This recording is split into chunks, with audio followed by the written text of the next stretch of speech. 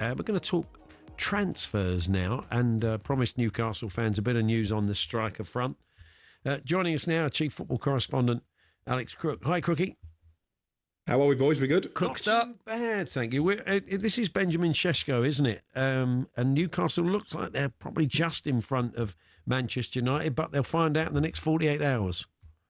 Yeah, certainly. I think that's the ambition of Newcastle. This is turning into a bit of a saga, soap opera, call it what you will. We know Newcastle really keen to strengthen their forward line. They missed out on João Pedro. They're still in talks with Brentford over Johan Wissa. That one could well happen between now and September the 1st. But in terms of a potential replacement for Alexander Isak, if indeed he does leave the club, then Šeško is the man they want. We reported on Saturday morning that a bid worth £70 million to include the add-ons had gone in. Now, that wasn't accepted. I think the two clubs have been thrashing out the finer details over the course of the weekend. All the while, there was a fear from Newcastle that Manchester United could yet come in and hijack the deal. That remains the case. And what I think Newcastle are keen to avoid is this dragging on for days and weeks and ultimately missing out. So I think they want an answer from Šeško in the next couple of days, next 48 hours, as to whether he's willing to join Newcastle or if indeed Manchester United is his preferred destination. If they do get the Šeško deal over the line, I think their willingness to sell Alexander Isak to Liverpool may well increase. And I think then we would see a new bid from Liverpool, having had their own offer rejected on Friday when I was on air with Perry Groves. Crookie, you know the way that it works. Like, Šeško's people will go to Manchester United, won't they, and say how serious are about taking our client. Yeah. Then if it comes down to both clubs, Crookie, can Newcastle afford to offer him the same package that Manchester United probably could? I'd imagine that Manchester United can go higher in terms of wages. That's what happened with Brian and Bumo earlier in the summer. But it's a fascinating way, if you look at the difference the two clubs are approaching this deal. I think what Newcastle wanted to do was make sure they had an agreement nailed down with RB Leipzig, and then they would sort out the finer details with Šeško. I think Manchester United want the nod from Šeško that he is willing to move to Old Trafford before they then slap in a bid to Leipzig. So I think it's going to be interesting to see which of those two approaches are successful. Of course, we can't completely rule out the possibility that Šeško stays at Leipzig for another season, although that does appear unlikely. Now, David Moyes said Everton would be looking to be a bit busier in the window, and there's movement today. Kieran Dewsbury-Hall from Chelsea looks like it's done. They've had another bid, I saw you tweeting earlier on, for Tyler Diblin rejected. Do you expect them... Let's start with Dewsbury-Hall and then we'll go on to whether you think they'll come back for Diblin.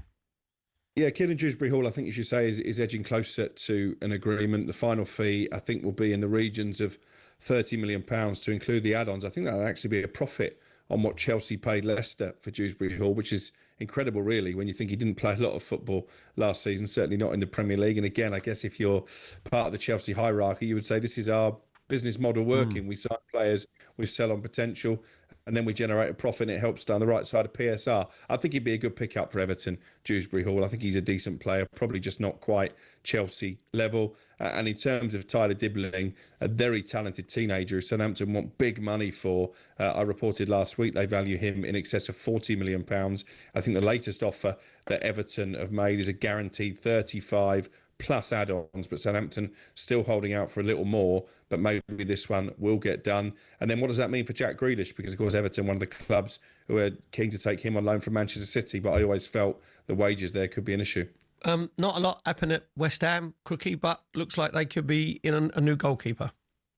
Yeah, I think it's become a priority position for West Ham. They weren't convinced by Alphonse Areola last season. They let Fabianski go, obviously in the veteran stage of his career, on a free transfer this summer.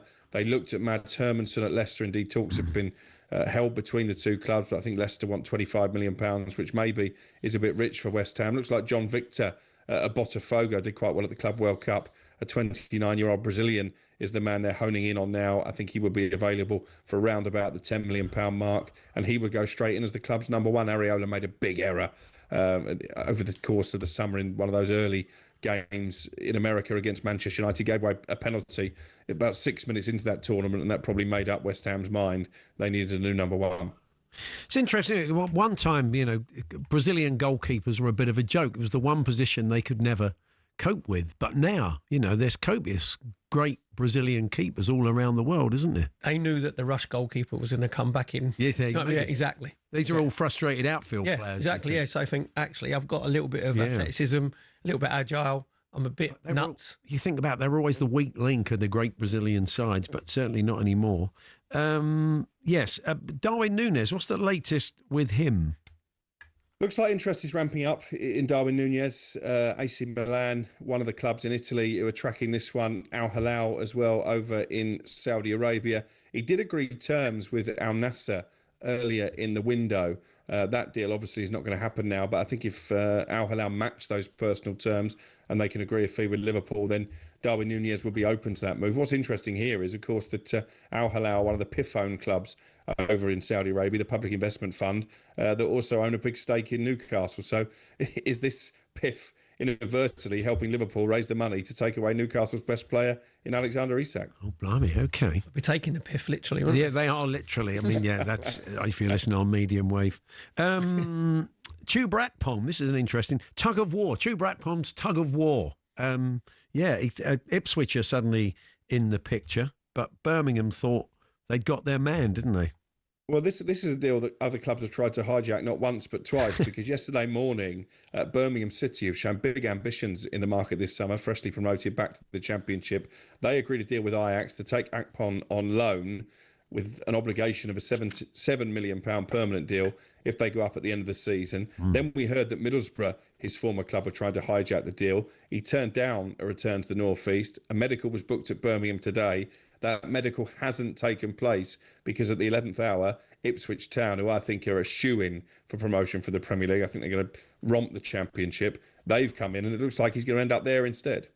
Just a quick one on Tottenham before you go, Crookie. They may be now in the market for a sort of number 10 because of what's happened with James Maddison yesterday, and Kulusevski looks like he's a way off.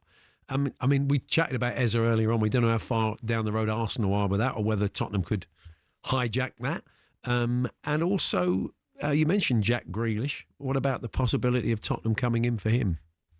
Well, Jack Grealish was a topic of conversation at Spurs at the start of the summer. It went quite quiet in that regard. Same for Eberechi Eze. I think when Arsenal came to the table, Tottenham retreated because they feared that they would be hijacked, as you mentioned there, by their North London rivals. The other name I'd keep an eye on when it comes to Spurs, actually, is Harvey Elliott at Liverpool, because I think he's another player that Liverpool are willing to cash in on. Had a brilliant summer leading the under-21s to European Championship glory. He won't be cheap. I think the asking price is about £40 million, maybe north of that, but obviously they were willing to pay £60 million for Morgan Gibbs-White. And he just strikes me, Harvey Elliott, as a very Thomas Frank type signing. Yeah. And the wages would probably fit right as well. Because probably at Liverpool, he's probably on 50, 60 grand a week. He's got something to prove. Obviously, won the under-21s. And as Crookie said there, he is someone who works hard off the ball. And he's got something to prove as well. Exactly, yeah. He wants to play in the World Cup next year. Yeah, and was he about 22, 23? So good age. I think he that's a brilliant shout from Crookie. He fits your lot really well. Interesting. Paul Hawksbee and Andy Jacobs, Monday to Friday afternoons 1 till 4 on AM, on DAB, via the talkSPORT app and on your smart speaker. talkSPORT.